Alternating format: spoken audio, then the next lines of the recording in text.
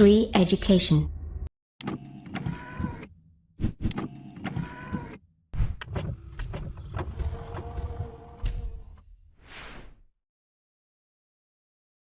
नमस्कार दोस्तों, श्री एजुकेशन की तरफ से मैं आप सभी का स्वागत करता हूं। मेरा नाम है रवि। तो दोस्तों, आज के इस वीडियो में हम विवेकानंद जी के बारे में पढ़ेंगे। जो भी क्वेश्चन विवेकानंद जी के बारे में पूछे जाते हैं आपके एग्जाम में, उन सभी की इन्फॉर्मेशन आपको इसी वीडियो में मिल जाएंगी। विवेकानंद के बारे में कुछ इंपॉर्टेंट फैक्ट ऐसे हैं जो आपके एग्जाम में पूछे जाते हैं। ये थोड़े बहुत ही फैक्ट हैं जो आपके एग्जाम में पूछे जाते हैं। बहुत सारी डिटेल नहीं आपसे पूछी जाती है। कुछ लिमिटेड क्वेश्चन है, वही बार बार एग्जाम में पूछे जाते हैं। वो हम देख लेते हैं इनकी इन्फॉर्मेशन इस वीडियो में। स्टार्टिंग से लास्ट तक मैं आपको जो इम्पोर्टेंट फैक्ट है वो सब बताता हूँ। चलिए शुरू करते हैं। सबसे पहले बेसिक जानकारी आप देख लीजिए। उनका जन्म जो हुआ था 12 जनवरी 1863 को हुआ था। तो उनका जन्म कब हुआ था? 12 जनवरी 1863 को। अब याद रखिए, ये 12 जनवरी बहुत इंपॉर्टेंट है। ये 12 जनवरी हम जो है भारतीय युवा दिवस से मनाते हैं। तो ये आपको याद होगा, जो 12 जनवरी है ये भारत में युवा दिवस मनाया जाता है। Youth day, Indian youth day, national youth day. ठीक है, तो 12 जनवरी को इन्हीं के जन्मदिन को ही हम मनाते हैं। 12 जनवरी को यूथ डे याद रखेंगे। सबसे पहला क्वेश्चन यही हो गया, बहुत इंपॉर्टेंट। 12 जनवरी क्या होता है? Youth day, national youth day है ये, नेशनल यूथ डे। और इनका जो जन्म हुआ था वो कलकत्ता में हुआ था, एक हिंदू फैमिली में। इनका जो वास्तविक नाम था वो नरेंद्र नाथ दत्त था। इनका जो नाम था नरेंद्र नाथ दत्त था। बाद में इनका नाम स्वामी विवेकानंद रखा गया। ये इनका नाम एक्चुअली तब रखा गया जब ये शिकागो जा रहे थे। आगे आगे बताऊंगा मैं। शिकागो जा रहे थे ये, तब ये उस जाने से पहले खेतड़ी के एक राजा थे, उन्होंने इन्हें सजेस्ट किया था अपना नाम आप ये रखिए स्वामी विवेकानंद। तो इन्होंने रखा था स्वामी विवेकानंद। ठीक है, उसके बाद देखिए इन्फॉर्मेशन आपको ये इंपॉर्टेंट है कि भारत में स्वामी विवेकानंद के जन्म दिवस को राष्ट्रीय युवा दिवस, ये हमने बताया आपको, 12 जनवरी क्या होता है? राष्ट्रीय युवा दिवस के रूप में मनाया जाता है। आप हमारे वीडियोस देख सकते हैं जाकर, हमारे चैनल पर आपको बहुत सारे वीडियो मिल जाएंगे अच्छे अच्छे।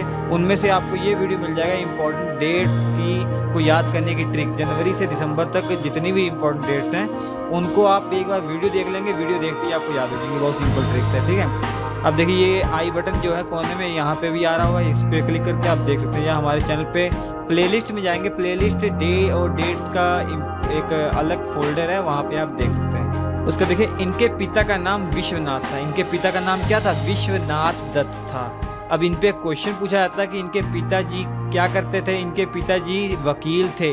कलकत्ता हाई कोर्ट में इनके पिताजी बहुत फेमस वकील थे, विश्वनाथ दत्त के। ठीक है, इनके जो पुश्ते चलते आ रहे हैं, ये इनके जो पूर्वज थे वो बहुत ही कमाल के लोग थे। और इनके पापा तो देखिए वकील थे। इनके जो दादाजी थे वो बहुत ही बड़े सन्यासी हो गए थे। 25 साल की उम्र में उन्होंने घर बार छोड़ दिया, साधु हो गए थे। वो भी बहुत फेमस थे।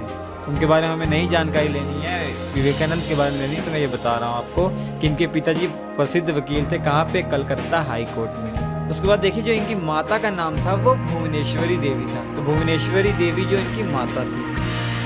उसके बाद देखिए ये इन्फॉर्मेशन आपके लिए इम्पोर्टेंट है कि इन्होंने ना 1884 में बीए की डिग्री कंप्लीट की थी। इन्होंने अपना स्नातक मतलब ग्रेजुएशन कब कंप्लीट की थी? 1884 में कंप्लीट की थी।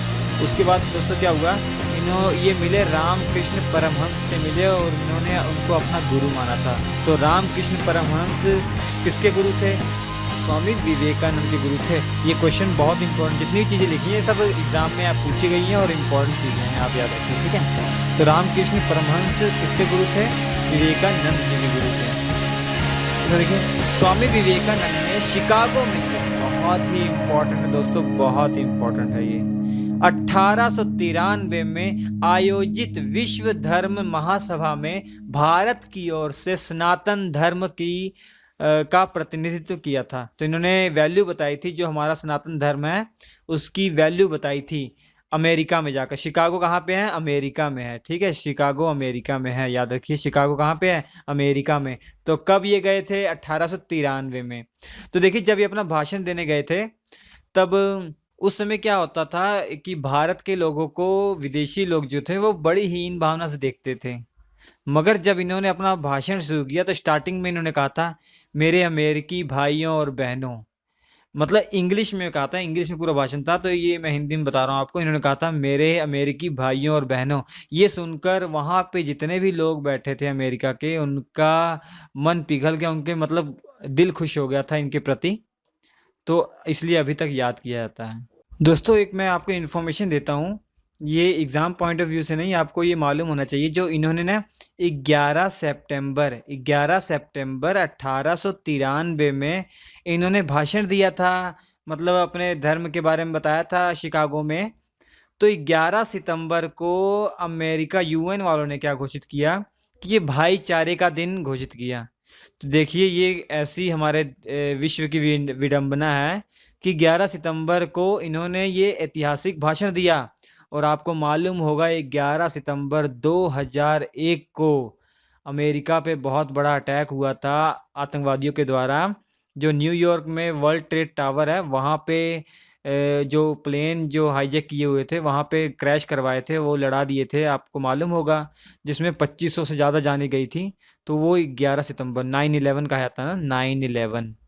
तो 11 सितंबर को वो घटना हुई थी। 11 सितंबर को इन्होंने भाईचारे वाली भावना की थी और 11 सितंबर को ही देखिए क्या हुआ था, इतनी बड़ी घटना हुई थी जो बहुत ही शर्मनाक घटना है। तो ये एग्ज़ाम पॉइंट ऑफ व्यू से नहीं, मैं आपको इन्फॉर्मेशन के लिए बता रहा हूँ, ठीक है। उसके बाद देखिए 1897 में स्वामी विवेकानंद ने रामकृष्ण मिशन, ये क्या है रामकृष्ण मिशन, तो रामकृष्ण मिशन कब स्थापना की थी, किसने स्थापना की थी, तो स्वामी विवेकानंद ने की थी, 1897 में की थी, 1897 में। ये बहुत इंपॉर्टेंट क्वेश्चन है, ये आपको मालूम होना चाहिए, ठीक है। रामकृष्ण मिशन की जो स्थापना थी वो स्वामी विवेकानंद ने 1897 में की थी। उसके बाद देखिए इनकी मृत्यु हो गई थी 1902 में, इनकी मृत्यु हो गई थी।